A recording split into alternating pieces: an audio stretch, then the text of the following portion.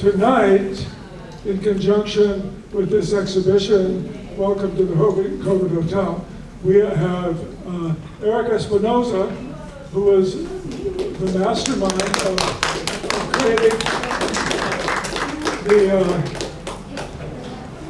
quarantine and isolation sites during COVID. And he's one of the many amazing people who worked on that project, who have been participating in making this exhibition and events. Hi everyone, good evening. My name is Clancy Cornell. It's so nice to be here. I'm with the Los Angeles Poverty Department and have been helping support the programming for this exhibition that has been up since March, right? And will be up for another few months. So it's really nice to kind of reinvigorate these conversations. We had a pretty good run for the first half of the exhibition. We took a bit of a pause, and now we're starting up the conversations again. And with what I really feel is a really important side of the story that's been told here for the past several months. We had a couple of panels. A lot of you have been at them, but we've kind of focused the panels on hearing from frontline workers and individuals who staff the QI sites, and really trying to distill what were their experiences and what were some of the important elements that helped make these sites become very successful and help take care of the unhoused population, or a certain portion of this group of people, and support them getting shelter and care during COVID. So we've been picking that apart and hearing from folks, and there's been a lot of passion that's been ignited in conversations after the panels in terms of why isn't this still going? How can we continue this? And it obviously, there were parts of this project that really helped a lot of people. So why does it not continue? Why is it so hard? And while that's still an important piece, before we move forward, it's important to acknowledge not just the clinical parts of things and the energy behind taking care of individuals, but also what it took behind the scenes in terms of operations and nuts and bolts, and actually what were the conditions that made these sites even possible, And this is the man to talk to when it comes to that. So we're going to hear from Eric Espinosa, and he'll introduce himself and talk a bit about his role and his role during COVID and the obstacles that he faced on the back end, behind the scenes. So enjoy. Yeah, I'll come in here and there with questions, but really we're hearing from Eric. So there we go. Go ahead. All right. Well, thank you everyone for coming. And it's always an honor to share a lot about this program. And worries. Go on, neighbors. and so, well, my role in the program was I was the head director of the program. So I was in charge of doing all the budgets, the operations teams that really packaged it all together. So had to have my hand in every aspect of the day-to-day. And even more so on the political facing side of the equation too.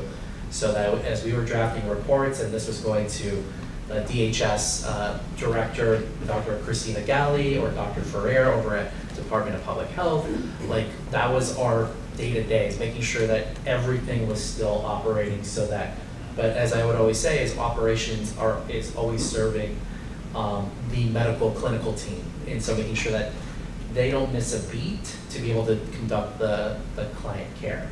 And so with that, over the course of the pandemic, having operated 13 QI sites over the whole span, I was the first hire actually for the operations side. It saw all the way into the closing. And I think what the total amount of beds that we oversaw was the equivalent of one of the hospitals too. So we were almost having to run makeshift hospitals that were decompressing hospitals at the same time. And, but one of my favorite things was we even got so efficient in how we were operating that we opened the site 48 hours after receiving the keys, because of how we were able to standardize quite a bit. But oftentimes when I share a lot of the things of what happened, because we were high impact, as everyone knows, just to throw out some of those numbers, we served over 12,000 200 patients. Amazing. About 78% of those individuals were people experiencing homelessness, and about 90% of that demographic left with a housing destination within 10 to 14 days after intake. So that was like over 7,500 individuals, and as the homeless count was showing, there's 75,000 people on any given point or at that point of time that are on the streets in unsheltered homelessness. So in effect, the program kind of saw 10% of that as a throughput. And that response is to a lot of what we did is, oh my God, well, why is this, kind of like that anger, but having been on that back end, it's so nuanced when it comes to a lot of these things. And I know that there's a lot of frustration as to the current state of where we are, and it's a humanitarian crisis, but it's, as I would say to even the team, nothing is as good or as bad as you think it is, and nothing is as easy or as hard as we think it is too. It just kind of like is.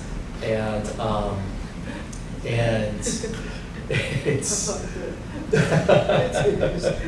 it's so, being very honored to be able to be in a space that is really honoring the program.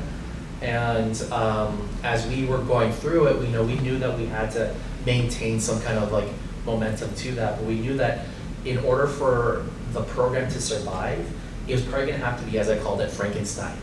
Is really take the parts that, if you're running a certain kind of program, take a look at what we did, because we proved a lot of things, and we did approve the program as a whole can function, but the system just isn't there to be able to support it. So what can we take apart that can then start meeting those other components of other programs that already exist?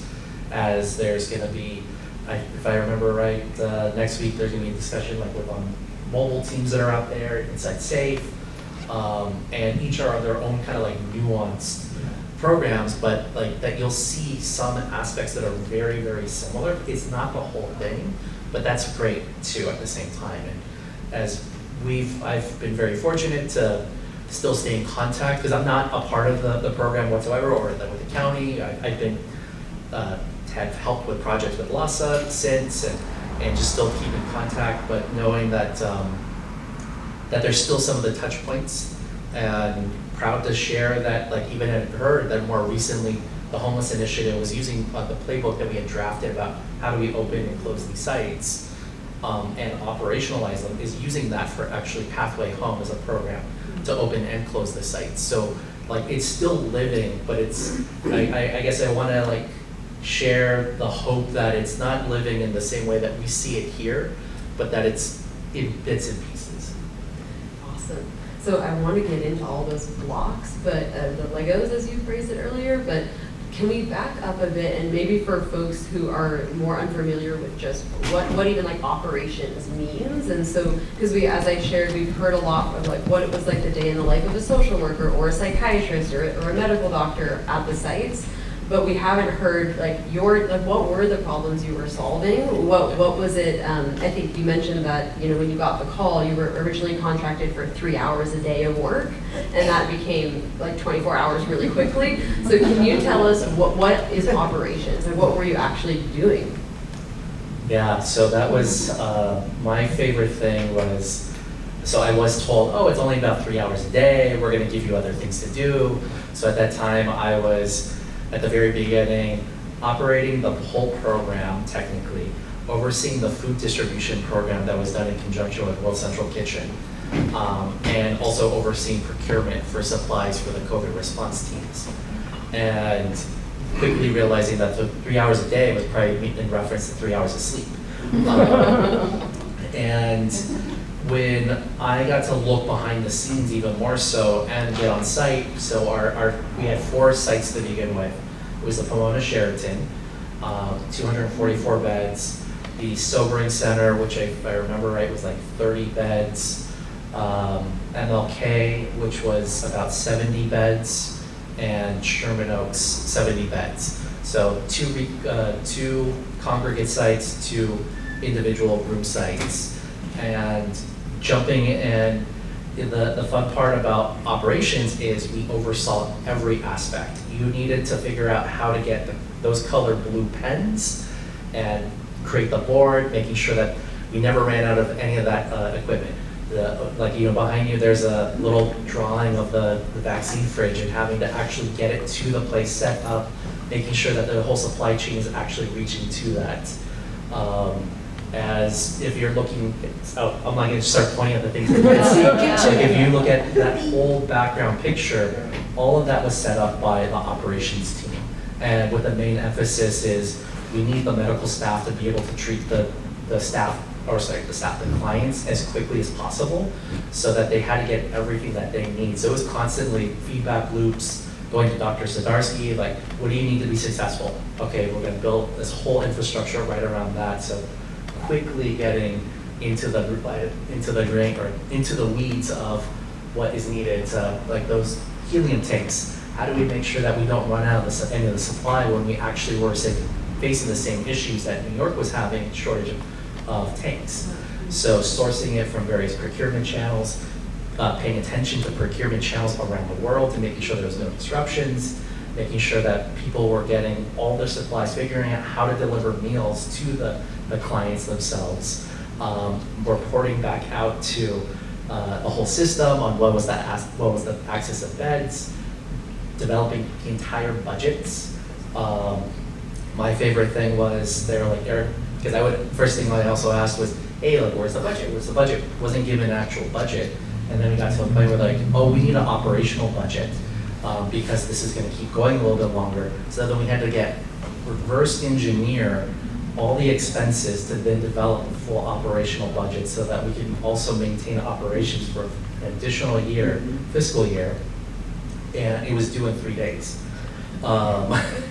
So having to pull together the team to kind of say, this is what it costs for all the supplies, this is how do we pay the invoices for all the staff, making sure that they were all paid. So we had to really build all the nuts and bolts so that everything kept working, but also doing it in a way that no one ever really knew too. So yeah, that was like our big thing, is like, if people we're getting that throughput as quickly as possible, the turnover for the beds and that access, then we're just doing our job. And was very fortunate to really have a really great operations team and overseeing pretty much the operations of the whole program.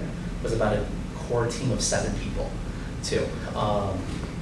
And one of my favorite things is how we were running the Pomona Sheraton, 244 beds, but that's or I should say rooms. A lot of those are suites.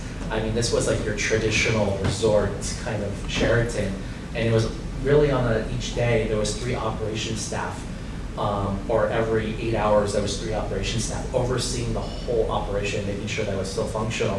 When you look at like the staff that are like at a Sheraton, it's probably 10 times that amount of people that are actually running the things. So it was just a lot of that quick kind of set up and make it work. And as I'm like even sitting next to this bed, we're like having to make sure that the whole cleaning crews were set up and ready, and getting all the supplies to make sure that the beds were always had linens and pillows and batteries for the remotes, functional phones. I mean, so we literally, like, as you look at all these things, what I'm really proud of is like how because I had to put different staff at each site to oversee those operations. Like what you're seeing like on the walls, that operations staff was having to be very conscious of how everything operated and in clear communication so that it was all put together. So that staff, like that operations staff was literally like, as you're seeing here, made it all work. Yeah, so it's about the staff. So as not to repeat myself again, I feel like I've said this a lot, but because we've been more focused on like clinical and what you know the amazing like individual people that had this like extra grit or extra oomph to kind of sustain the storm of what this experience was.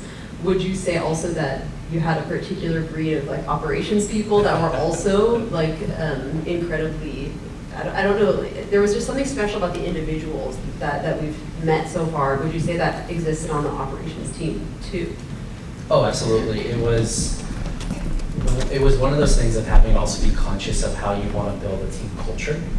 And so I would always, because we were always in really high stress environments, and the people that I needed to oversee the sites need to have like really exude calm and kind of like, we need to just figure this out all together. And so it always like really have that emphasis, because I would become that person. I would walk on site and like telling the dumbest jokes, whatever, to make sure that that staff was just able to like kind of sit there and go, okay, it's not as bad or as good as we think it is. And really, it just reminds me of this one scenario where someone asked, they're like, hey, what's plan B? I was like, I don't know, we're on plan K. They're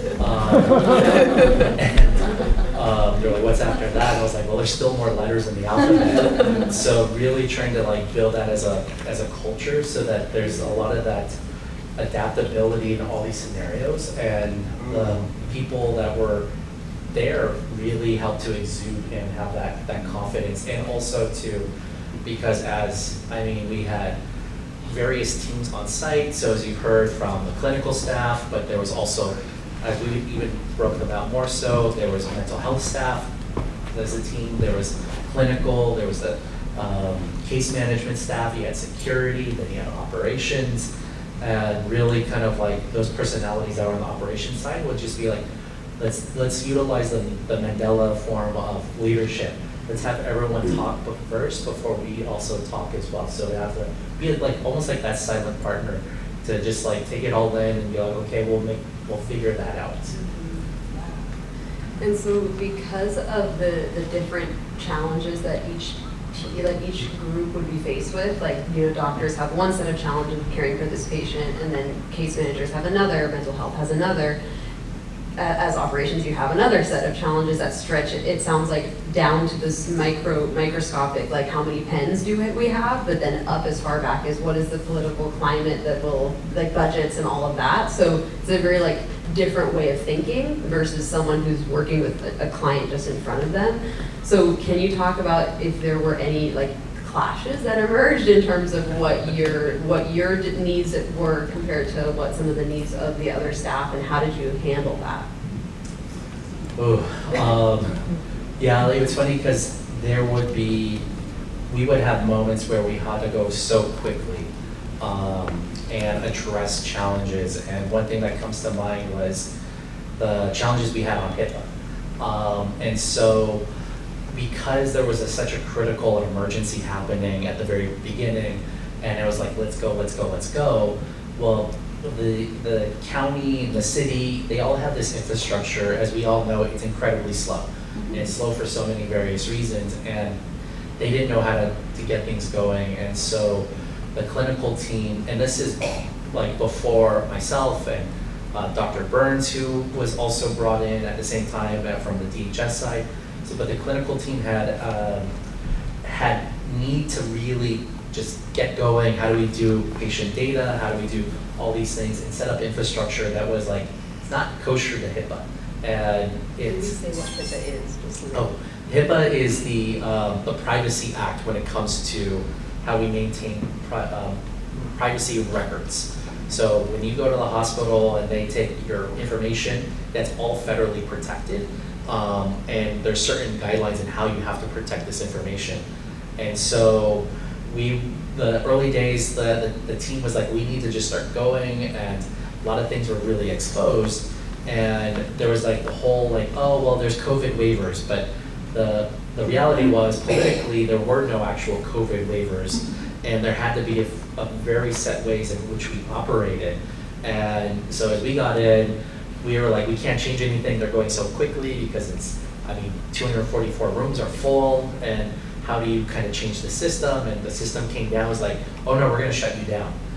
If you don't follow the rules as we had it, and we don't care, like maybe we can adjust this, but if you don't follow those rules, and then having to go back to the clinical team was like, you gotta change this. And they're like, no, we're not. Like, you're gonna have to, or we're gonna close. And so there's a lot of like that give and take of like, okay, let's try to figure out the creative solutions. But as we learned too, is if we actually communicated some of these challenges, that sometimes we would actually get a little bit more of that leniency. And so it really had to foster, as to Dr. Heidi, who has spoken here before, saying to Dr. Kevin and myself, you two need to be married. And so I, in essence, had a work husband that was the head of clinical operations until I transitioned to Dr. Zadarsky, that we had to be really attached to the hip so that we didn't have a lot of these scenarios, because there were some things that on our own and on the operations side is like, hey, global forces are making it so that we cannot receive these things. So you need to be careful on how you operate, and then they go off and, well, we're so mad at you, and like we have our hands are tied, or really in these interesting dynamics. Or as another example is when the regulations for COVID and how staff are treated as well, and we're having significant spread and how we operate, and things are just changing. So we always have like this, how do we be in sync? But then sometimes one would have to go ahead of the other, and the other one's catching up. Or so it was just always a wild time. Or I'll tell you, is like we had some operations staff that were like, that were not, that didn't have like any trauma-informed experience in trainings, and they were just overseeing. They're like, well, we don't want to give this person 10 Gatorades in one day. And the clinical staff is like, no, like that person asked for it, and that's what's going to help them stabilize and stay. We need to do that. And so it was always at these very interesting moments of like, how do we start to meet in the middle? And each week was its own adventure, honestly, in maneuvering in this. Because from your perspective, it's like if those 10 Gatorades is the X amount of dollars that we're not going to have for the next person, kind of thing. Well, not even that. So we were very fortunate because our mandate was to exist as a decompression of a hospital, so make sure that hospitals always had available beds. And it's like, okay, if that Gatorade is $10, this is how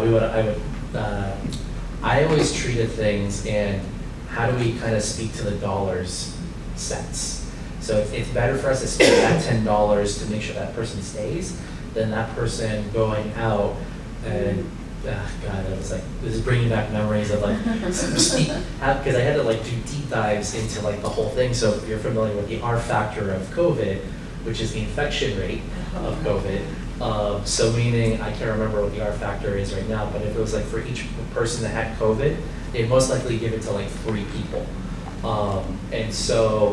And then one of those 3 would probably end up back into the hospital. So if we spend that $10, we could avoid that one person going into the community and infecting 3 people. Wow. And then having that be, the cost already is a sunk cost, so we're already spending $250 for that person to be in that room.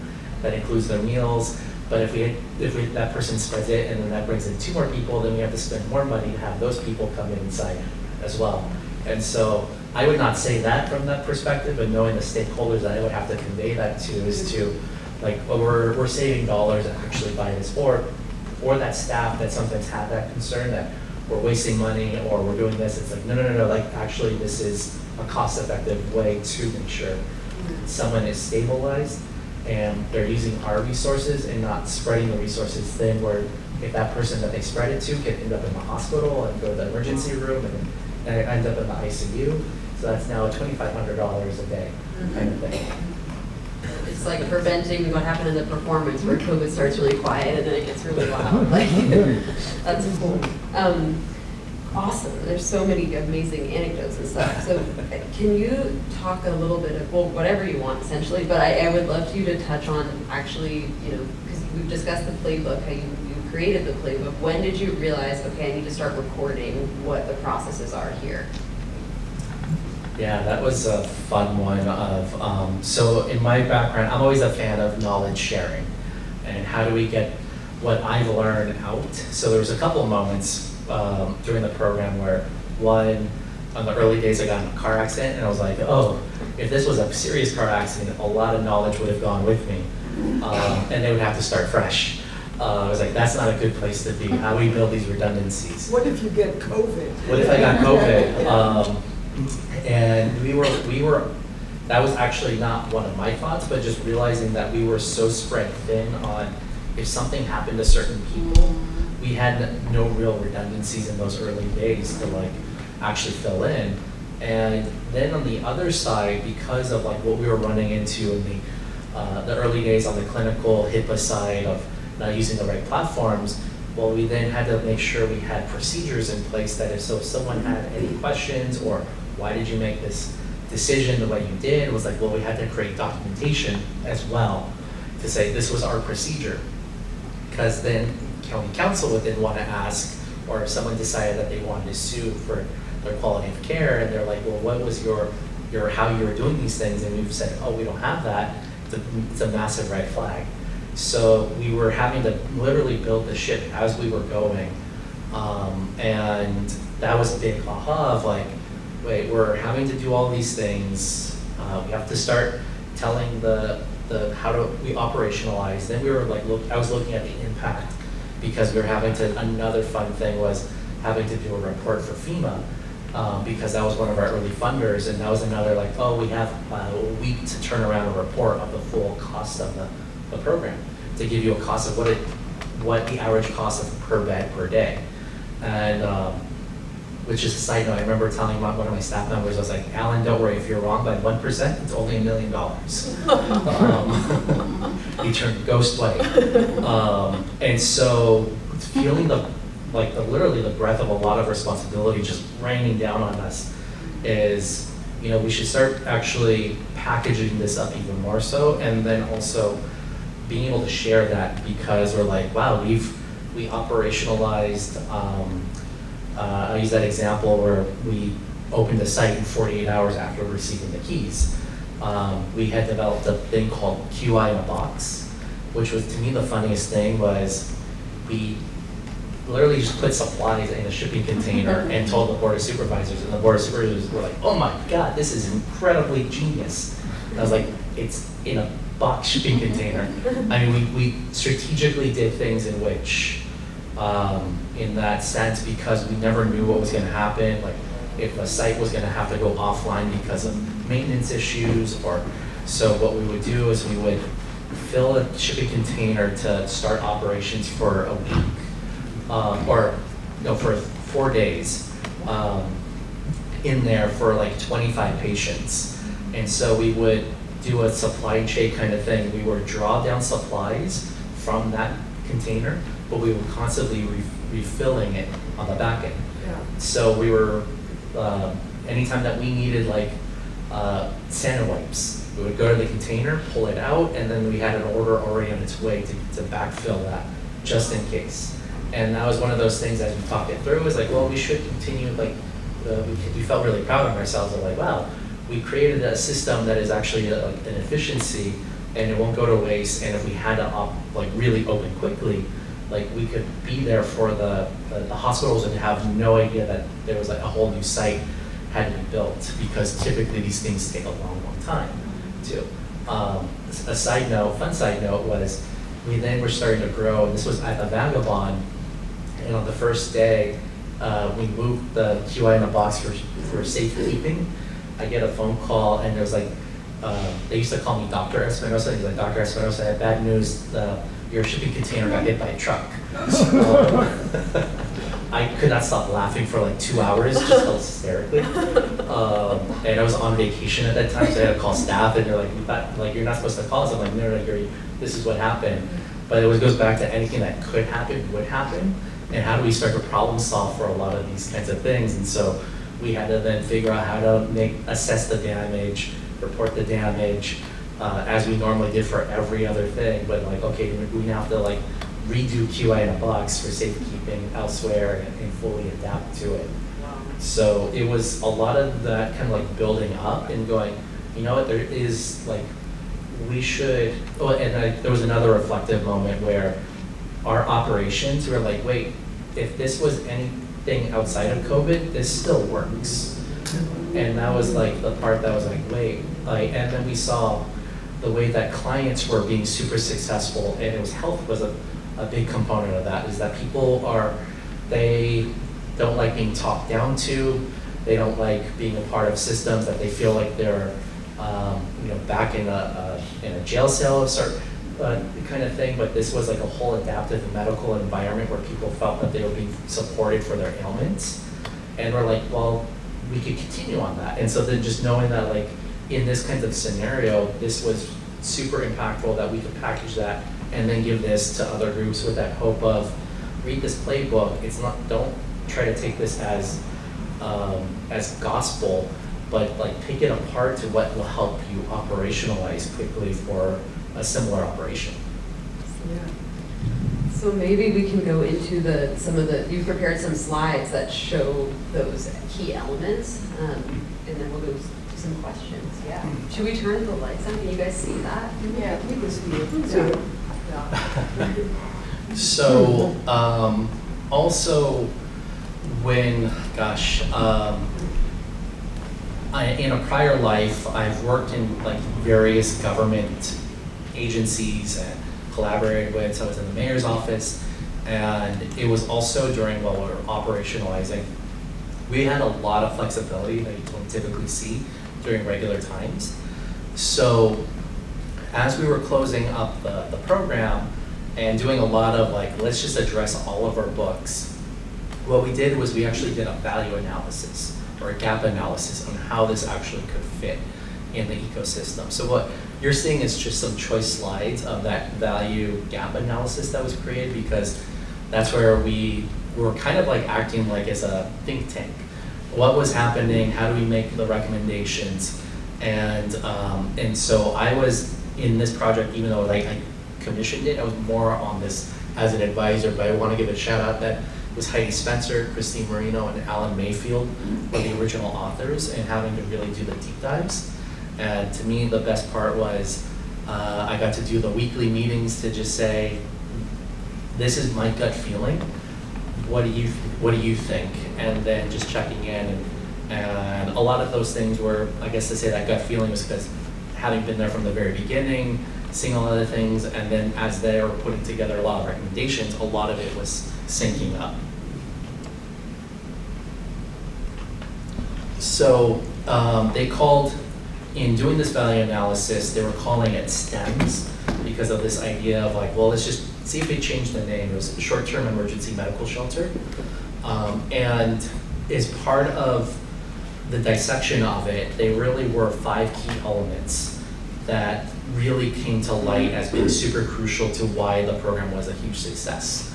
And with that being just as high level, being single rooms, access to single rooms, the amount of collaboration that was happening amongst county and city departments was wild. And the fact that it was short term was huge. And as a part of the collaboration, being a 24/7 site, one of the key components to that was we were operating at smaller crew in those like graveyard shift hours, but still like if we had to adapt to an emergency, like we had enough staff that was there, or if we had to even do a really late night intake, that was available. And that is unfortunately not what happens typically. And then on the last point was being a low barrier site, making it super easy for people that needed to be with us, be with us. So with that, what we were taking a look at was when doing a lot of this costing, because we had to operate congregate sites, and then we had our single room sites, and where those cost efficiencies and where we could be supporting individuals, we saw that there was a high degree of support that could be offered for families that we don't see currently in the system. And that was really, really, really, really key, and the economies of scale that actually come from that was immense. So the moment that we had 2 people, whether it was a couple or it was a mother and child, father and child, but 2 people in that one room, we were then cheaper than most programs in the county, actually. And just as stating as to making it accessible so that our partners could stay together, as we were discovering, was not happening whatsoever. The amount of people that were being separated and being single room, also the ability to have pets was significant. I was just gonna ask that, yeah. So we literally, the thing I thought was the coolest part is how, because as operations staff, we had no interaction with any of the patients, and that would be clearly the clinical side. Is sometimes we did have scenarios where the patient had to go back to the hospital and they would have a pet, and all of a sudden we see the staff playing them with the pet because we were watching over. So the pet never went to another destination. It literally followed that person and stayed with us. And there was a high degree of trust between that individual and our staff too. And we saw that as a huge amount of success. And we want to continue to see that more so, especially with some of these other programs that are like the Lost Side Navigation Center or Inside Safe or Pathway Home, is trying to keep as many people together. This was to me the most interesting thing because it'd been, when I was in the mayor's office, I had left in 2018, so of course the pandemic starts in early 2020, or I guess halfway through 2020 is when I joined, but I was not a part of the county ecosystem. And the great thing was how the departments were really collaborating. I mean, on an almost daily basis, at the very minimum, weekly basis, we were having phone calls between DHS, Department of Health Services, DMH, Department of Mental Health, DPH, Department of Public Health, fire, from the county side, sheriffs, LAPD, the amount of groups that we pulled together. And again, we either had that as one call as a collective group or just who was on that site. And we were sharing systems too. So there was a lot of full integration. And I was like, oh, this is great, we're making this work. And then finding out after the fact is like, oh yeah, we never operate like this. So typically it's like DMH does its own thing, DHS does its own thing. And we were like, wow, that ability of having full-blown collaboration where at our sites, as an operations team, we would have to set up the offices for DMH and make sure that they were right next door to the clinical staff too, and setting up their whole thing so that clear, how can we foster that collaboration even better? And that was where we saw a huge amount of success because it was, on intake, patient would come in and it was literally even though we offered wraparound services, it was even a wraparound intake. You had your medical provider right there, you had a nurse right there, you had your mental health staff right there, you had your case management staff, and everyone was just as a unit. And that was something that was really, really special. And the secret sauce that we don't, now even today, we don't see is carrying over. And that beauty part was because of how the site was operating, each group had that idea. As we were decompressing the hospitals, that's what DHS operates. So we were almost performing a service for DHS. And then we had a good amount of individuals that needed mental health support. Well, that's what DMH is really good at. And then we're also making it so that infectious diseases aren't spreading, and that supports DPH. So it was almost like a win-win-win all around. And the other amazing part to this was how quickly we did things. So what you're seeing here is a breakdown of 5, 10, 15 days, and what that normal, if someone was going to an emergency shelter at a certain time, that 5 days is when the quarantine period was also shorter. That what you're looking at is what the journey was of that individual. If they were going to an interim housing site on the 10 days, that was your day-to-day. But the best part was I think the high degree of success that the program had is it was like a really interesting form of navigation into the entire system, because the system needs a lot of support, and the fact that we had people generally 10 to 15 days with us, a couple here and there a little bit longer, but the whole team was then doing full assessments each day, that we were kind of seeing what was needed to best support that individual. So someone that could come in and on day 1, they seem fine, day 2, they're okay, day 6, they're exhibiting symptoms of schizophrenia. And maybe there had been no actual charts or any kind of background information on that, but that person still had another 10 days with us. Well, then that case manager was then looking for more appropriate placements. So that navigation aspect was connecting the dots to making sure that person was really going to someplace that was going to support them. And the fact, though, that it was still short-term meant that we were then getting people in, and then we were just getting them out to that next destination. Because typically it's a lot of these other programs, they're trying to do 30 days is kind of considered on the short side, but we did that in half the time. And that was, again, because of full collaboration of the system, as we had what was called air traffic control, which was overseen by Housing for Health, that had eyes and ears of all the shelter beds in various programs, and where people could also get supported as well. So that was like the main thing, is how do we kind of make that happen quickly? Because beds are, the quick access to beds, that's where everything is always needed. And if we were able to just keep that whole system as like well lubricated, that's what we saw a lot of return on investment. And so with this one, it was the other, again, going to that 24/7. And with that secret sauce, another big part of the secret sauce was the caregivers that were on site, and with to help assist with the ADLs. Activities of daily living. Mhm. Like ADLs are activities of daily living, like hygiene, brushing teeth, feeding yourself. Yeah. Yeah, because it was interesting is that our demographics were also changing throughout the pandemic, depending on what the state of spread was. And so that's where sometimes we would have sicker people, especially when we were having significant spread. And then as things cooling off, we had less sick people. And then we had a lot of people that would then have to either have those support from a caregiver as well. But the beauty was with the 24/7 staff, any of the concerns can be addressed at any moment.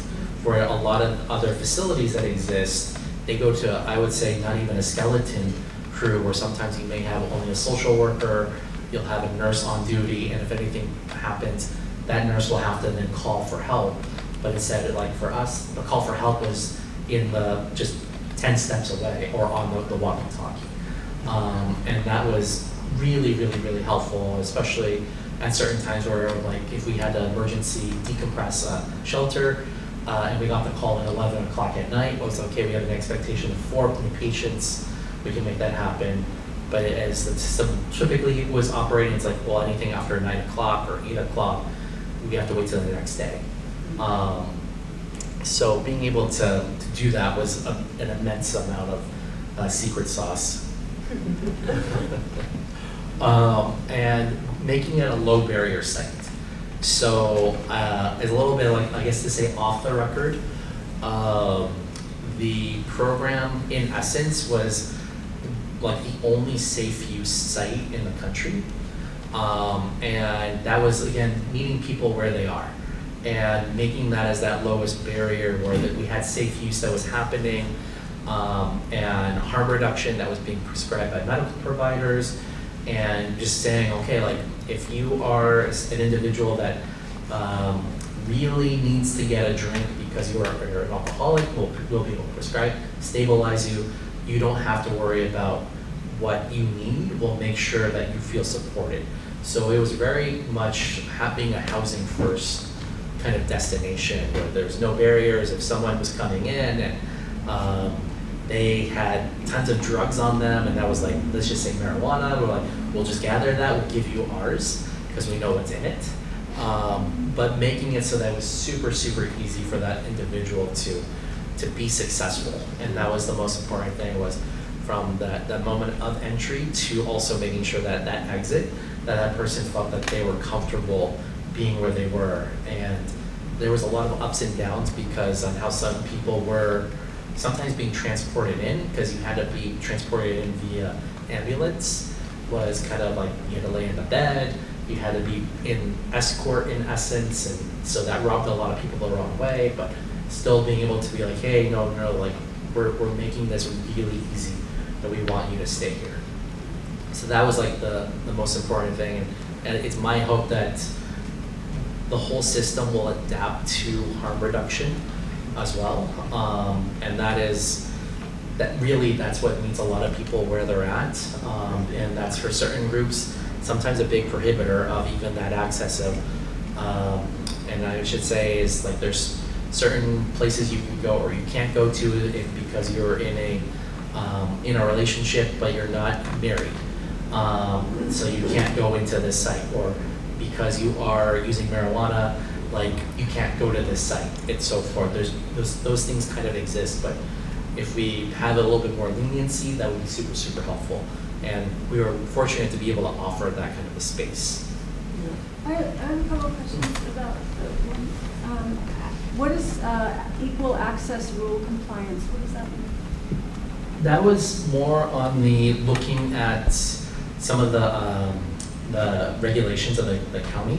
So making sure that it's like all pertain to when you're looking at, oh my God, my brain is going crazy. It's like when we're setting up beds and we have the ADA accessible, people that are on the older side and younger, and the ability to have access to an interpreter as well, interpreting services. And oh my gosh, as we also learn, the beauty of LA counties are so diverse, but still like the major languages that were spoken in LA is like it's English and Spanish, and sometimes we would have a scenario where someone only spoke French or was coming from only spoke like Cantonese, and sometimes maybe we had a staff member that could be able to communicate. Otherwise, like we had to have the whole system in place for the translation services as well. But making sure that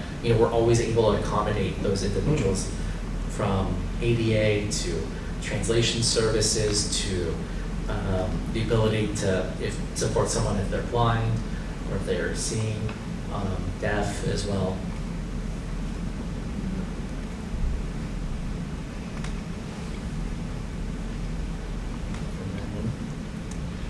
So with this slide, this is one of my favorite slides of which the team came up with. And this is really where the program would exist if it were to exist, or how it was existing.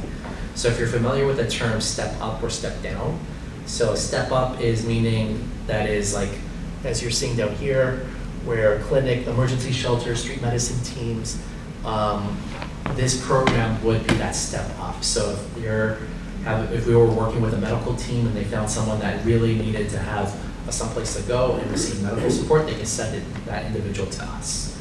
And the same thing is on the step down, as we're seeing it for like hospital beds, emergency rooms, psychiatric hospital beds, is sometimes, as what was happening in the pandemic, people were going to the hospital for COVID, but then they didn't need to actually take a hospital bed. They needed to have that evaluation, but the hospital would be like, well, they're sick, but they're not too sick. So they should just go to you. If there's any issue, bring them back to us. So the ability to have that as an interim step down to come to and be supported by our staff, because we were kind of like, even though each of the facilities was like a little mini field hospital, we almost had the functionality of being like an urgent care on like the cabinets just like that. I mean, not only did we have many of them, and some of them had like harm reduction, and others had various other supplies that were like mini CVSs to support. And then as we had even the pharmacy fridges, like that one behind is like we were giving vaccines and things like that. So we were rather robust so that someone didn't have to go to the hospital.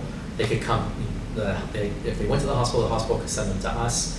Or if they were on the streets, they didn't have to go to the hospital, but that person still needed that level of care, so they could come to us too.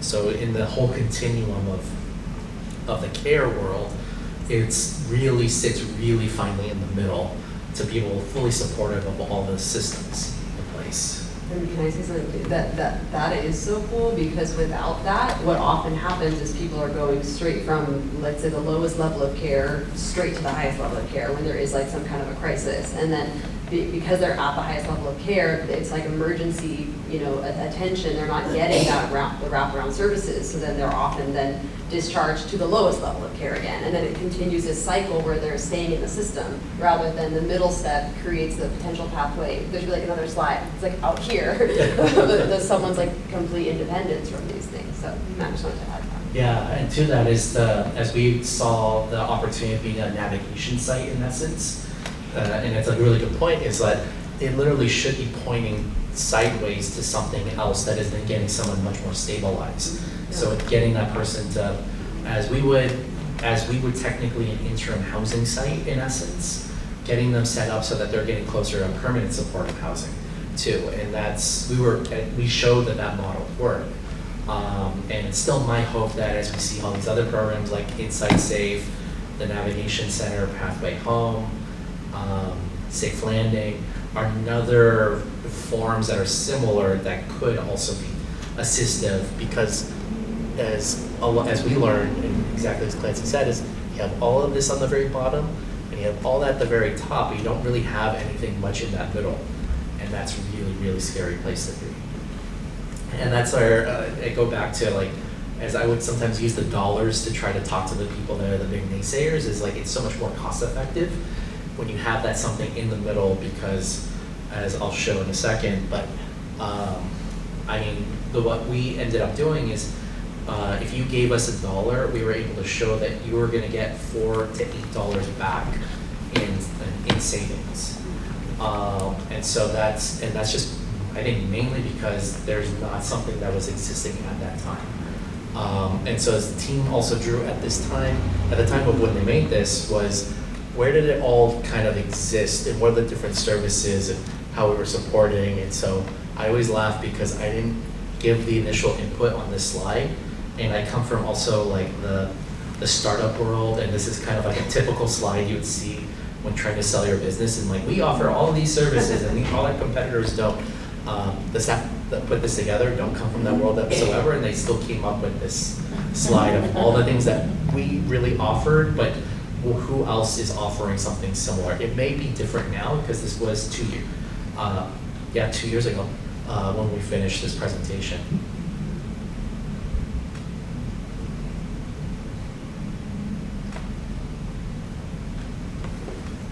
And but some of those really important things was just I think if you see it, the common denominator of the things that we offered was really maintaining that low barrier of entry for pure people to come in. As you're saying, not many sites allow for animals or families to stay together, and to me that's always the saddest thing. So this slide is a great example. So you said these were put together 2 years ago. Is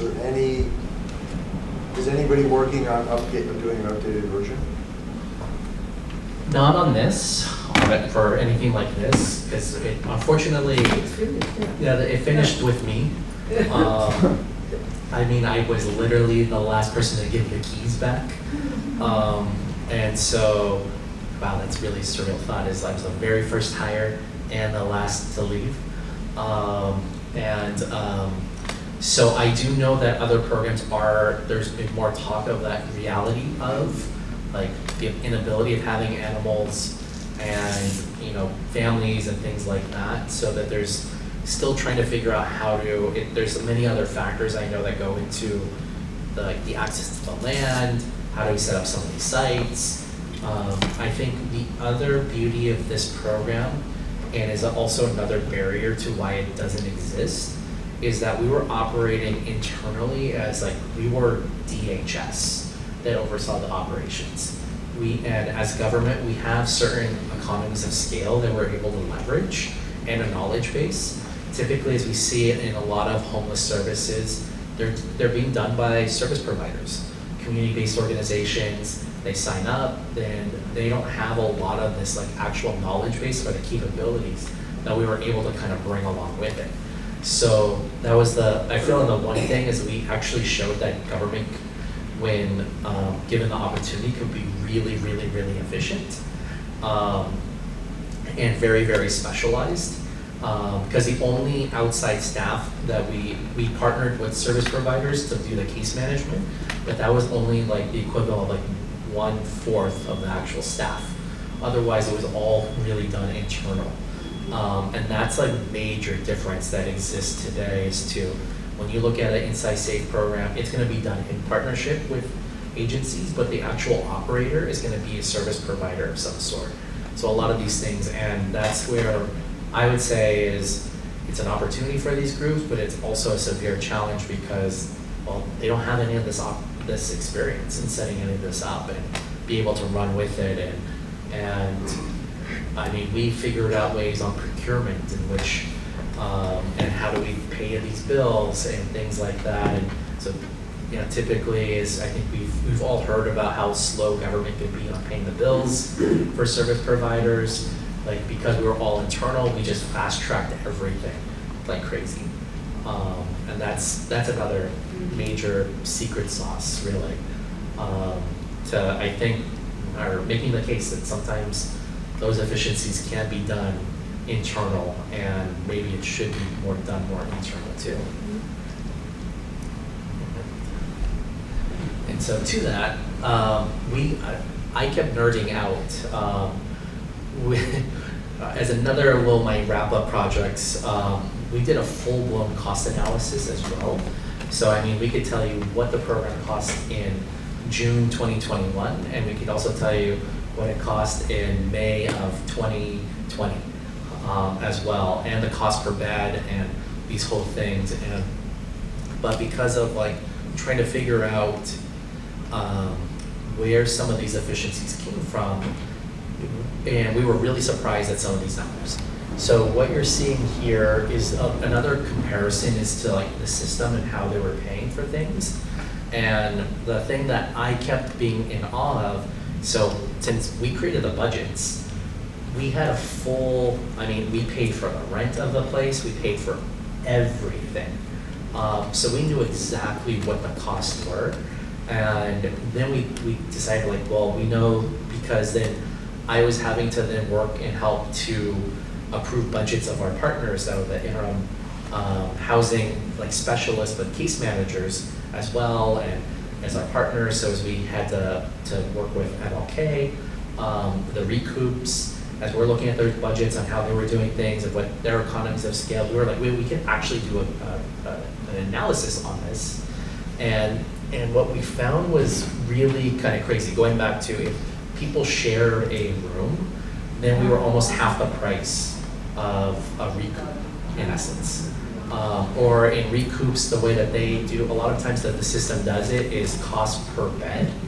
And we were always talking a different language, because when we were operating the Vagabond Inn or the Sheraton, we called it cost per room. And so they were like, well, your cost per room is $400. And the recoup is 200, what do we have it here? $236 per bed. And so on the county side, they're like, well, that bed is cheaper than your room. But then we would sit there like, well, this doesn't make any sense. And then I was like, wait a second, their room has 3 beds. And so it's 236 times 3. Whereas our cost was, what is our cost? So we were being able to do some efficiencies. If it was $440 and at 236 times 3, it's already significantly cheaper. So and that was for one person. Our cost was for one person, and at the moment that you had 2 people in there, it's already been cheaper than that one bed in the recoup. So we were like, wait a second, there's a lot of this interesting kind of opportunity to show, but the downside is on the way that government operates, unfortunately, is lowest bidder, not best in value. And that's another really prohibitive aspect to a lot of these things. So we are able to show that hey, you give us $1, we'll give you $4 back in savings. We're able to do X, Y, and Z, but because that initial sticker shock was still more expensive, that was another one of our downfalls. But we were able to really, really, really just show that, hey, this is a really impactful, really affordable program. But as you saw, if you picked it apart and just chose a couple of these things, or at least it's our hope that you take a lot of these learnings and you run with that in support of all these other programs. Amazing. Is this the final slide, Eric? This is the final slide. Okay. So, wow, thank you so much. I would love to open for questions. I have a question, Eric. At our first meeting, you uttered the magic word scalable, okay? And at this point, for me, the magic word is not scalable, the magic word is sustainable. because I work in high acuity PSH. And I can see a lot of things that would work in the short run that in the long run, you need to develop an organizational structure that will allow this same flexibility to take place. And the entity I work for now is organized like a really third-rate, bad version of a Fortune 500 company. And the entity I worked for before, that's DHS funded. The entity I worked for before, which was DMH funded, was so chaotically mismanaged. And you spoke briefly about developing an organizational culture and an organizational structure. How could this be done long term? How could this? Because I see, so much what you talked about, whether it was harm reduction or pets, I can see that working short term. I see it not working long term where I work now. Yeah, no, that's a great question. So when we were putting together this presentation back in the day, and thinking through on a lot of that, I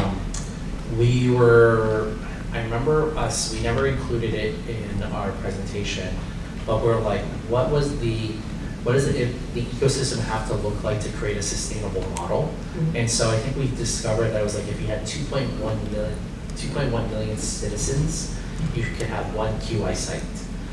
In essence, to be able to support the infrastructure. And the other part that is because of how it connects into all the things. And the other part is why we also focus on the cost savings, is to show that, these cost savings, like if you're looking at, in comparison, the hospital, so it's 12 at that time, and this was using HealthNet, which is one of the managed care groups that does Medicaid alongside with LA Care. That's what they were usually paying, is $1,200. And we're like, well, this is like, if you diverted some of this funding, and the managed care programs, they actually get the funding from the state, which they gets it from the feds, is that something like this has to really be taken into the system, and being as another offering of, I think in an ideal world, is operationalizing it as a companion to the hospital system. And it's kind of saying, and I'm like, I don't even know if DHS has like an urgent care. As my experience with urgent care is they're generally private, or they're associated with other insurance companies, or and so forth. But that sustainable aspect was being a part of the system, because it really is in service of the hospitals, really. And that's where I think that's that sustainable aspect, is making sure that, because the problem that, to even backtrack, one of the main issues why when we shut down during COVID was, yes, it's dangerous, and the mortality rate is 2%. The flu is like a little less than 1%, so it's worse than the flu. But like compared to SARS is 10%, MERS is 30%. But 2%, that created enough rush on the hospital system, and there was no bandwidth at that time. And so the shutdowns were not because people were just getting sick left and right. It was people were just having to go into the hospitals and almost shutting down the hospitals. And don't quote me on this, but it's like, I think we only have 4 DHS hospitals in the entire county of 10 million people, which I think the total amount of beds is south of 2,000 beds, and we have 10 million people. And so, as we saw with this program, it really has in service of making sure that those beds are really available for those that critically need it. And then we're a step down from that, so that we were then having access to quicker beds. And as we also saw during the pandemic, because shelters were also shut down to 50%, the access to beds was really difficult. So it was kind of like that throughput. So I really, to go back to answer, is like, it shouldn't even be a DHS funded, it should be a DHS operation. It should be a part of health services in various public health jurisdictions as well, and kind of overseen, because it's gonna have a lot of that straightforward payer-payee situations, and because to take it into a CBO, it's going to be a really difficult time for people to really get to where we work too. Because, you know, what exists now is quite obviously not working well. And I see a lot of the problem being organizational. And you spoke briefly about this I forget how to put it, this kind of like, this team building of like, well, what's plan B? I don't know, we're on plan K, you know. This, you know, beyond what is ordinary, or beyond what is usual thinking, okay? And the organizational structures that now exist, you know, really severely constrain that. You can't even think like that. You couldn't even use language like that. And you're talking about developing perhaps a companion system to what exists. Would that be, you know, I'm trying to think, like, how could this possibly be? Yeah, it's one, having the political will. So a big other restraint on all things government is they operate off of fiscal budgets. So they're pretty much like the fiscal year here is July 1st through June 30th. Well, if you're not budgeted like a year in advance, like you're not going to exist, or you're not going to have. So there's a lot of like, God bless the people that create the budgets and all of those people, because they're having to do strategic thinking a year ahead of time. And we never know what's really going to happen into, you know, if you need to hire more people or you need to raise wages or anything like that. And so there really needs to be that political will to really kind of like establish that part again and to really think like insert it. And so the beauty is that, I mean, we have existed, we showed that things could work. It would be like, we would have to create more political will and the necessary funding pathways to support it as well. And so that's a rather large undertaking, but it's kind of like, it really is something that would have to really start, I think, on the inside and acknowledging that is a program that really needs to be existing again. And then get it going. Because as you'll hear at the next panel discussion, from the inside safes to the street medicines, is they're making some like adjustments here and there, but they're still focused on this $200 a night kind of thing. And it goes back to, you know, that lowest bidder mentality is really, really, really, really difficult, and rather prohibitive for a lot of groups. I have a theory about what's also the reason that it's not sustainable, which maybe you can tell me if I'm on the right track or not, but you know, when people come to see the exhibition and when we, you know, look at the interviews ourselves, we say, oh, you know, these people, they were so, it's so moving because they were so committed and dedicated and passionate. And I'm just curious if there's like some element of it that, like, it was a self-selected group. Like people who, oh, there's a fire raging over there, I need to run into that fire and help people. And so you had this like very, you know, high degree of people who were willing to put their own lives on the line to do this thing. They have a calling, right? And Tina Juarez talks about all the time, like she has a calling that, you know, most people, I don't have it, you know, like I'm not running into that building, you know. And so I feel like there was this moment in time that all those kind of people were drawn to this work, and that's also something that you can't replicate and you can't like just create in normal circumstances. I don't know if you think that's true. Yeah. No, I think you're right about that, and that's another thing that was going through my mind when you were talking. It's like the people doing this are not the same people that I work with every day. It's like they're like really committed, and like you said, I took a 3-hour-a-day job and it became a 24-hour-a-day job, and that's not something you could do for 20 or 30 years. You know? Or most people would do. Or more people would do, yeah. It's what I feel like I'm learning tonight, though, is that yes, it was those individual people who go into the fire. Those people exist here all the time today. I think what Eric's speaking to to is there was a macro sense of going into the fire, which is where government comes in to make it all possible, which is something that I think is hard to grasp, really. Like, I'm starting to grasp it a little with this conversation, but it's because all the elements that we've described that seem to be actually easy to replicate in a small service provider situation or a nonprofit or a grassroots way, except the macro political will fire running into the thing, which COVID kind of created. So it's like, it's really this thing that doesn't exist right now, existed on top of all these people who are willing to run into the fire. I don't know, that's like what I'm starting to. No, totally. And so, I mean, to that is,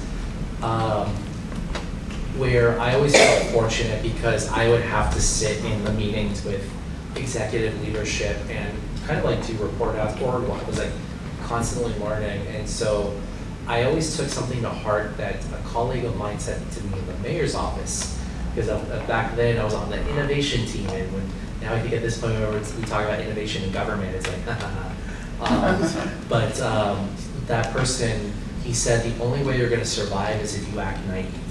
And I kind of like took that aspect when I was going in, and so we would then ask the questions of like, and that's where I felt it was some of the secret sauce of like, of how we would all kind of band together, and we would ask questions as to why, and then we would also express like what we needed. And what we discovered was, because I had to interact quite a bit with contracts and grants, and that's the department that oversees the contracts that we all have, and they're the ones that are like, they're usually the ones that are going to stop you from doing something because it's like, well, this is what the contract says, or this is how you can do these things, or this is how we normally do anything. And we were like, well, be like, Chris, we need this, and this is because of this. And they were like, oh, well, okay, well, maybe we'll start adapting some of these things. And so we, like, creating some of that environment of where we all came from really the outside. And that's why I think the really big thing that bothers me right now is we're in an emergency declaration right now. And that is the same, I mean, there's no real big difference between now and COVID times. Because what emergency declarations do, it makes it significantly easier to do operations. But because the way that the city and the county operate, they're really kind of going back of like the old system, so they're not leveraging. And because a lot of us that came in, and this will be like a shout out to, because there's us, and then you'll hear about, sometimes you might hear the CRT or the COVID response team. That's really the vaccine and testing team. Like, we were all those outsiders, and we're like, well, we need to do this, and we're gonna do this, and we're gonna do everything that's all within the up to not breaking the law, and just keep going. And so we would be pushing those regular boundaries or asking the questions of like, how do we make this happen? Or we had Brilliant Corners was one of our partners to help on procurement. And because of the emergency declaration again exists the same way now, we utilize Brilliant Corners to do a lot of our procurement needs. So we got things, if I needed them by Tuesday, I was probably gonna get them actually delivered by Monday. And when you buy things through the county procurement system, so I'll use an example, we saw that the Omicron variant was gonna be bad. And saw that in November of 2021. And this is before Thanksgiving, and I was like, I need to order air purifiers now. And we're gonna do this through the county, and got the authorization, and it has to have so many different sign-offs. And are we waiting, it's getting into December, and I was like, I'm gonna go pick them up from the store myself and get reimbursed through Brilliant Corners. Well, our air purifiers that we ordered through the county didn't arrive until February. And we had to make sure that they were ready before the crazy onslaught that typically happened in December. And so that's like, knowing that we can leverage these systems and having just teams that were like constantly asking, I think really did set us apart and being able to, and that's like the other, as we're seeing now, like even though emergency operation, it's people that have been around 10 plus years, they're still making decisions based on how it's always been done. And the other side, this is where I get really annoyed on how we also are operating government and our community-based organizations is that there's no financial incentive for staff because wages are so low, unfortunately. And so some of the talented individuals, you're gonna have a higher degree of turnover, or then you'll get someone that's gonna stay because then their benefits packages are really great. But that's kind of like an older, previous generation thought process. And so you're getting a lot of people that are just really up and part of that status quo, and people that are the critical thinkers that are really highly passionate, coming out of grad school, and they're going to be like, congratulations, here's your job, and you're now going to earn $60,000, and by do 10 years, you're going to be $77,000. Meanwhile, like what's actually considered low income in Los Angeles is $79,000 from the housing department. So like it's just not, the system isn't fully embracing to that, like the various minds that I think that could participate. And I think too that it was like just as the Margaret Mead quote is, never doubt a few thoughtful individuals, because and they'll change the world, because indeed they're the only ones that really have. And that was like, that team is to, credit to Dr. Sandarski and how super creative mind, and like, well, let's kind of do this and this, and then other staff that also were really embracing that. It really did make a big difference.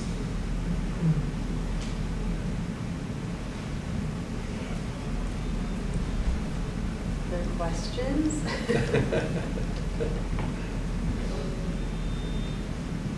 I wonder about the budget. How do they budget for something that you don't know how long it's going to last? So what kind of money did you get, I guess? So we did one of my favorite moments was when we were told, make a budget. I come from, especially doing budgets, I've come from the startup world, the nonprofit world, not on the government side. And I remember asking, because typically when you're making a budget, you're gonna put your line item cost, and then you're gonna put like 20% buffer. And it's literally, your line item is gonna say buffer. And I asked them, they're like, no, you can't do that. And I'm like, we need a buffer because like this was July 2021, and they're like, we didn't know what your full budget for the next year is gonna be. And I'm like, well, we're probably gonna have like surges and things like that. Like, how are we gonna be able to budget for this? And so I just remember setting up meetings with epidemiologists, doing really hardcore deep diving into what are some of the trends were happening. And then we created like in essence an equation to this. We created a baseline of staffing because that was our highest cost. And we decided that we would go in each of the line items and we would buffer each of those a certain percentage points so that we could accommodate any kind of surge situation, because that was always going to be the craziest, like, I mean, literally 24/7, full blown, everyone is running. You're going to get 20,000 steps in just 5 hours, kind of like days. And then when it was quiet, it was super quiet. So we called it the Eric bump. Because we would go in and we wouldn't tell anyone that we were, okay, this line we're gonna add 5%, this line we're gonna add 3%. And on the staffing side, we added 20%. So we had a baseline of our clinical staff. And what we ended up doing was, when we were operating, if we were on the slow time, we were burning through money, unfortunately. But when we were then super busy, we were going way over budget. And then when it equaled out, we were then under budget in the grand scheme of things. So in that year, we were $150 million over the course of the entire program, but we actually came in $10 million under budget. And we bailed out other programs as a result because of how we were accommodating the system.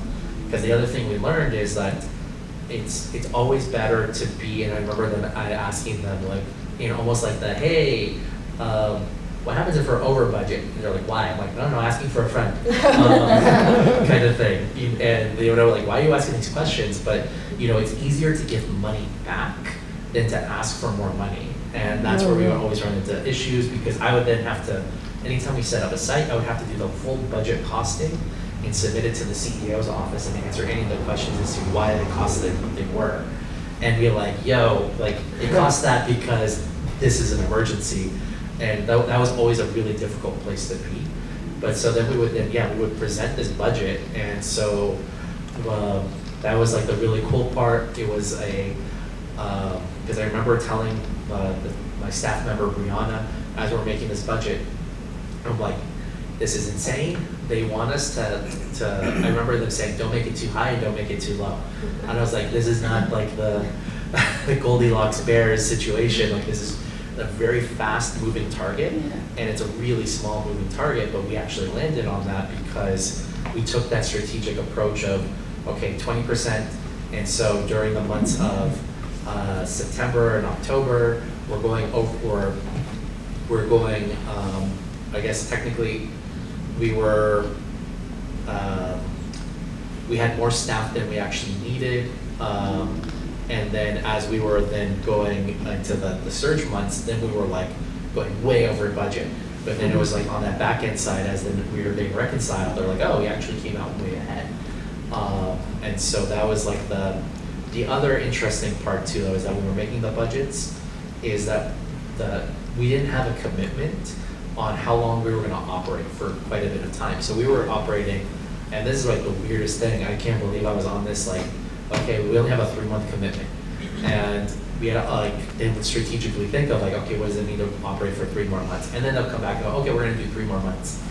Okay, we're gonna do 3 more months again. Meanwhile, like our sister programs are like, oh, we got an extension for a year. And I'm like, well, it doesn't make sense. If you got a year, we're only 3 months. If we disappear, you're gonna be in trouble. So we had all this like thinking, and so I'll use the example of our cleaning services. So at the very beginning of the pandemic, there was we had cleaning needs for all the rooms. So we had to disinfect them and get them turned around. Well, no company wanted to do it except for one. And so our cleaning bill for each month at the Pomona Sheraton was about $600,000. That was just the cleaning. But because no one knows how bad COVID is, like we're paying that premium. Yeah. And we made one operational change, which then dropped it from that 600,000 to 100,000. And that was just alternating the floors, because we were like, as we were getting all this new information, and I would go to Dr. Burns, and I said, hey, like, they say you can't, it's like, this is like where I was like being the nerd, I was reading like the CDC reports and the WHO reports. It's like, well, you can't get COVID from touching surfaces. And this was early days, and I was like, well, if you can't get it in this way, like, do we need to actually do this? Like, can we make this change? And he's like, yeah. And he's like, okay, if the doctor says this is good, we can make this cut. Boom. And it was funny because then I made an operational budget off of that $400,000 savings.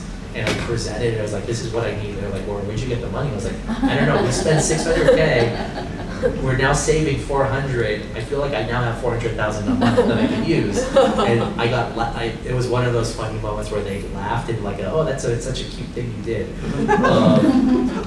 They were like, well, good job, like, because I was the only person operationally that was brought on, and I was like, I need to build a team, because I need to build a team that did all the invoicing. I needed to build a team that was also overseeing the other sites. Otherwise, it was all like 2 people really doing this. And so there was a lot of these crazy moments of like reverse engineering, figuring out what things cost, how do we make it happen, how do we then also tell the story that this is actually a great value. And then, because I was always at the very beginning going, when I walked through that door, I was like, we're gonna get audited, because the amount of money that's going in and how it's going to be operating, and just seeing how, I just remember I was like seeing the PPP loans that were going out, and I was like, oh, that's obviously people are going to abuse that, and they're going to look at every group that receives money, so they're probably going to look at us. So I was like, let's get our books in order, was that main emphasis, and there was a slow process to that, but then I guess, sorry, to go back to that cleaning part, was we were stuck with that contract for quite a bit of time. So we went from, and then when the county started to make the commitments, we're like, hey, can we rebid this or go to the other vendors that we have? So we went from the cost being $600,000 from when I brought on to when we closed was $12,000. Oh, wow. And like we did a lot of those crazy kind of like efficiency things as we were moving along. And it was mostly because of like, well, is the juice worth the squeeze? Because how long of a process it gets to change over certain things, or and meanwhile, I am super proud of how we changed that over, because we're a 24/7 site. So how do you change one service to another when that need is happening every day?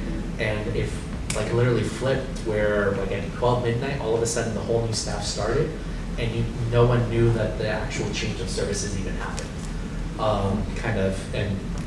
So that's like, again, going back to like the operations side, is like, how do you kind of keep this well-oiled machine well-oiled, and having to make all these other adjustments to how we changed our food vendors also. And everyone eats, everyone gets 3 meals a day, and one day it just all of a sudden was a different meal than the ones that you were getting before, and things like that. But it was, yeah, that just wow, all the costing and putting it together, and like even then I was like, oh, that's its own movie.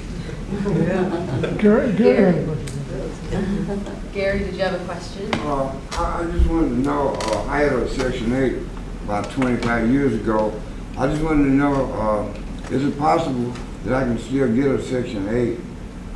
Because I'm on a set income now, and I've been on a set income for a while, and I was just curious, could I get low, get that cut in half, my rent cut in half to a Section 8 or something, where I'm living in now?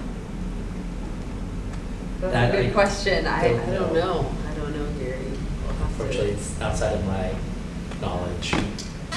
And actually, if you're currently housed, most of the Section 8 resources are being mostly devoted to unhoused people. And I've run into this a lot. If you're under a roof, yeah, it's very slim,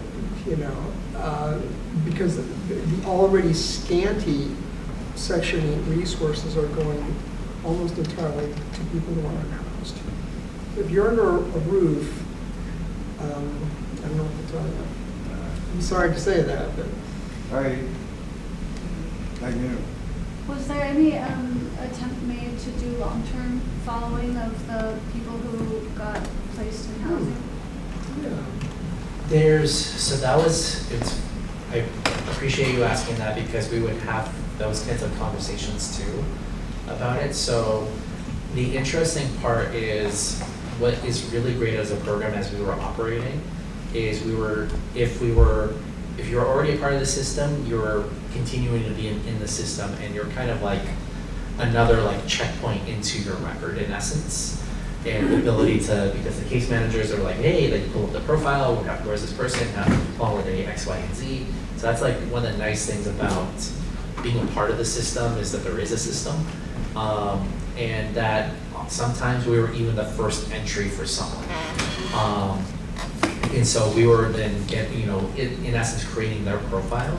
So we didn't actually maintain any of that kind of records, but it's the nice thing is, because that person was then logged in theory, by looking at records, you can kind of take a look into like what actually has happened with that, if they continued with any of that follow-up and being with us. So everyone left with a destination. The only people that didn't were those that decided that they were going to leave against medical advice, and that was our proud thing, is no one walked out. Like, we didn't discharge back to the streets whatsoever. They went to someplace, or we held on to people for almost like a month if they didn't even have that place to go. So as far as actually maintaining and knowing, not really, but on the other side, like, there are records that would exist. Yeah, to be able to, and it's, that was like another one of our projects as we were closing out, was making sure that we had all of our medical records buttoned up, so that we had a full-blown roster of everyone, so that if you had any question or, and it saved actually DHS, because weirdly enough, as we were closing, there was an instance in which a former patient wanted to sue. And they're like, really? This was like 2.5 years prior, and we had all those records in place to, unfortunately, in the situations, because people oftentimes see like government is like, oh, big pocketbooks. Like we were to show like, no, like this person actually received the care that they were supposed to receive. And that's a baseless situation, but a lot of that is still existing.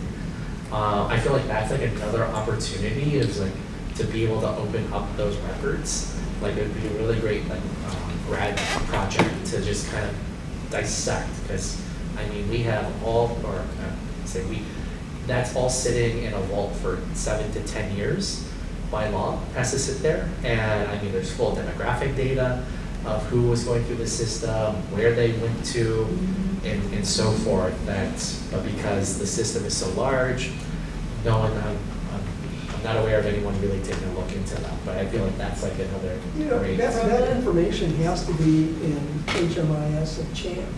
Those people are in those systems. Yeah. And well, some people, so from a non-operational perspective, but an individual clinician perspective, people followed up just because they wanted to. So like Bianca Martinez has a couple folks she's still in touch with, like Tina Juarez. So I think, it sounds like the operational side of it was like preparing for the potential, like getting the records just done, but in terms of actually checking up on people a year later, that was up to individual people if they wanted to, it sounds like, which some people did, but not a lot, I guess. And that's how the system was really designed too. Is that you don't get that unless you're personally invested to wanting to do that kind of follow-up. And some of the patients also came back. There were also patients that kept in touch, some of them. Oh yeah. They'll be around as well. So I guess one other last cool thing is the Vagabond still exists operationally. That's true. Yeah. And it's been handed over from department to department, and it's to me it's still wild because I can still drive by and still see some of the signs that we made are still being used. Yeah. Weirdly enough. Exists operationally as what right now? It is converting to Pathway Home. Oh, I know that cool. one. One of my favorite moments was we were handing it over as the site to the Department of Public Health. So they come and do a walkthrough, and their plan was not to do anything as robust as we were doing, but it was going to still be a quarantine site. So I mean, as we had full-blown staff, they were literally only going to place 2 people as staff moving at that point. And as we were doing the walkthrough handover, we just we stopped in every room in essence, and I'm like looking at the picture there and there, and we're like, hey, so this is how we do things in this slice of this part. And the guys were like, oh my God, like, that's a lot. And we're like, okay, yeah, the devil's in the details. And we had that playbook with us, and their jaws kind of dropped in that, like, oh, this is much bigger than we ever thought it was, kind of thing.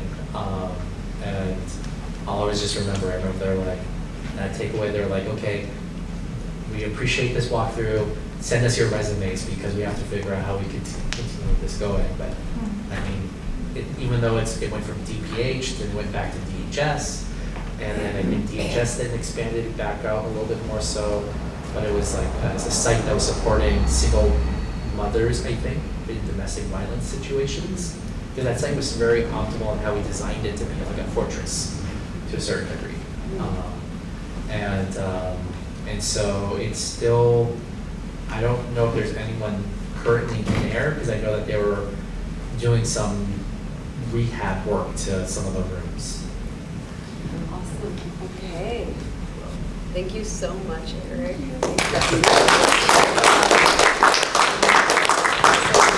In closing, thank you so much. The next Tuesday, we have our final kind of panel discussion around this exhibition, and it's like this event is such a perfect segue to that, because although this is no longer, the QI sites, now the next panel on Tuesday, we're going to learn from these different programs that are happening right now and what parts of the QI sites they have been integrating into their work. So like from the home team to the safe landing sites, and Someone from IHOP, maybe, we're not No, sure. yeah, Yeah? yeah. So yeah, we'll get to like see what's happening now, and maybe there'll be some hope for that. But yeah, thank you so much, Eric. This was awesome. Yeah, real cool. Thank you. Yeah, Thank that's you. that. Really appreciate it.